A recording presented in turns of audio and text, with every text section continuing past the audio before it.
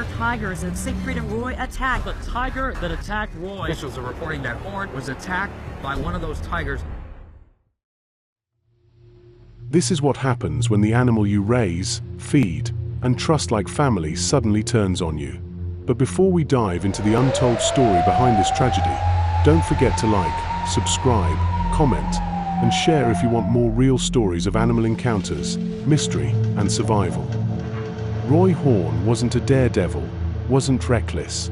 He was a dreamer, an animal lover who believed he could build a bridge between man and beast. And for decades, it seemed like he had succeeded. Alongside his partner Siegfried, he brought white tigers and lions to the Las Vegas stage in a spectacle no one had ever dared attempt. Audiences gasped. Cameras flashed.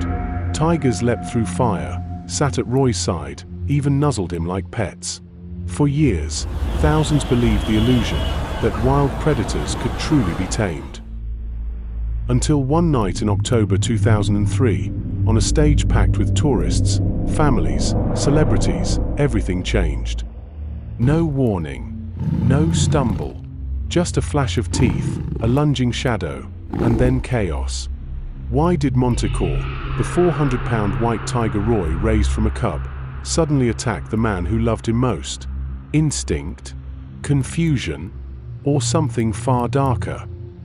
This is the story of Roy Horn, and the night that shattered the most famous magic act in the world.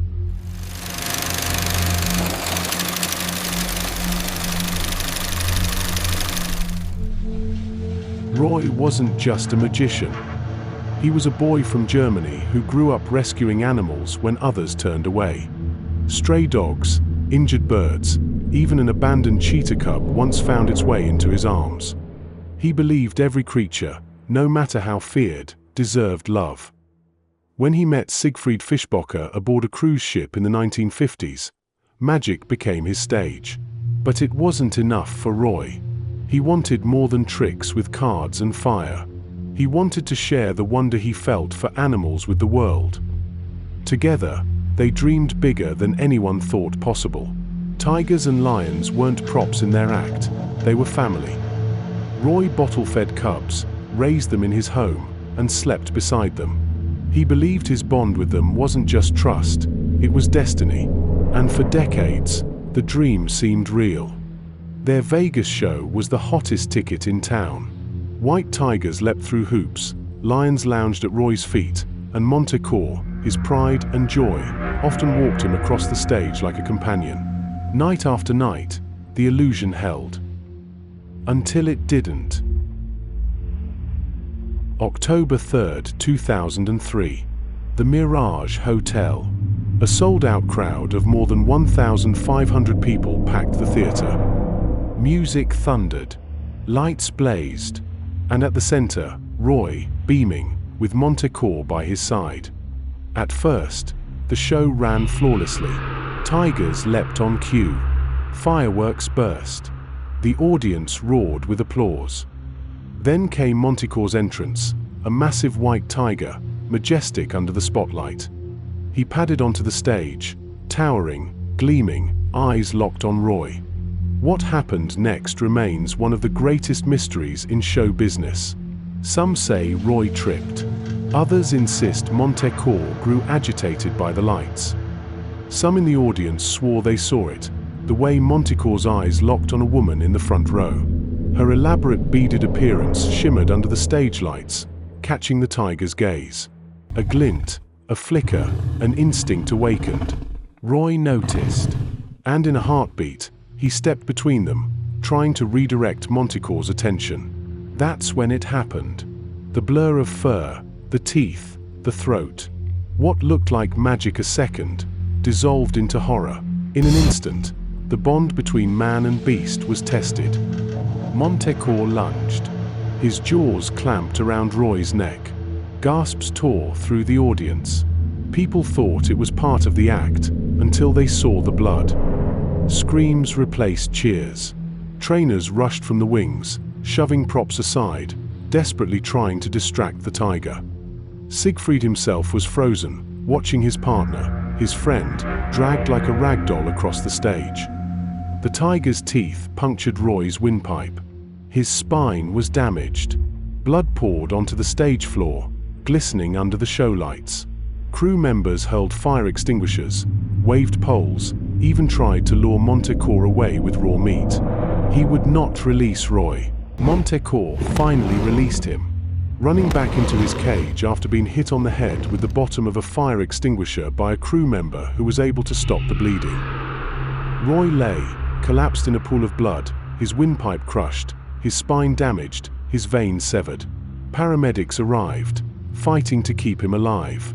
And then, quietly, firmly, against all expectation, Roy's broken voice whispered, "Don't shoot the cat."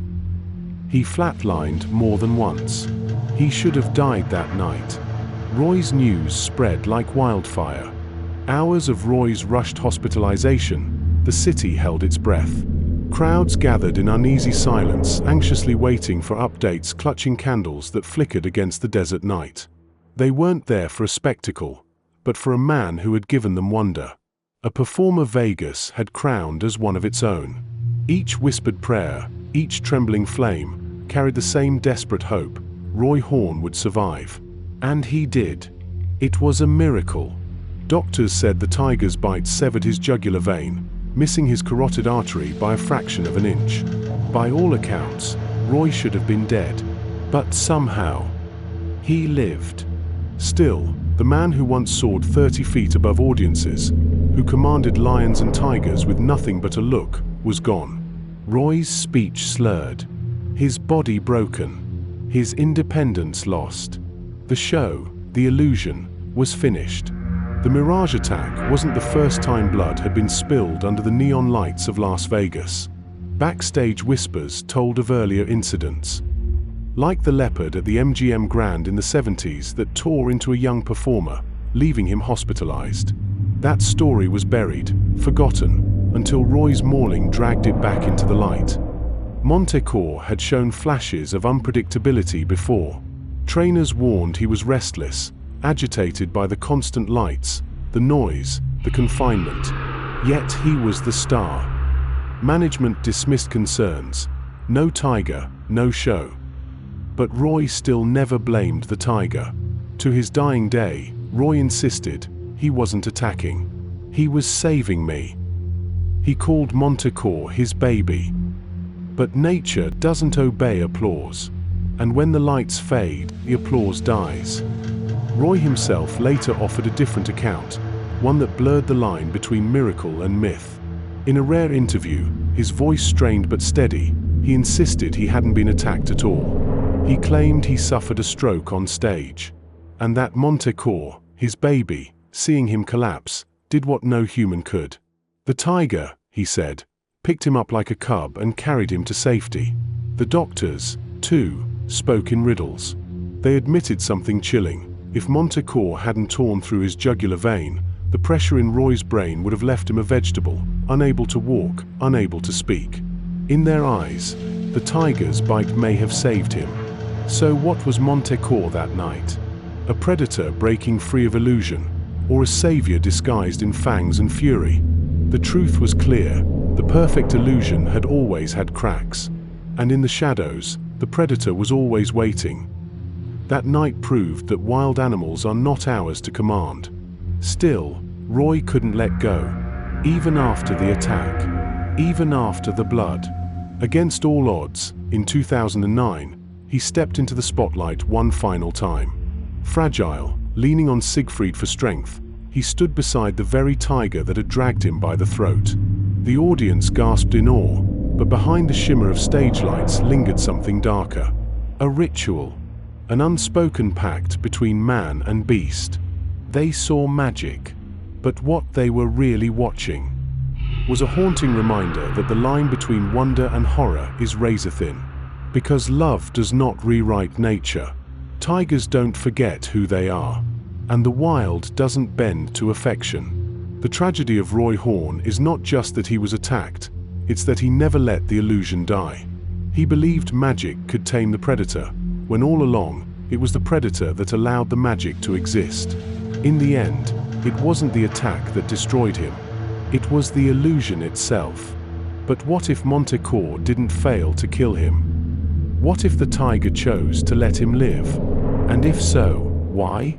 Was Roy ever truly in command of the beast? Or had he been performing under its control all along? Did Roy create the illusion? Or did the illusion create Roy, and then demand his blood as payment? And maybe, just maybe, the mauling wasn't the end of the show at all.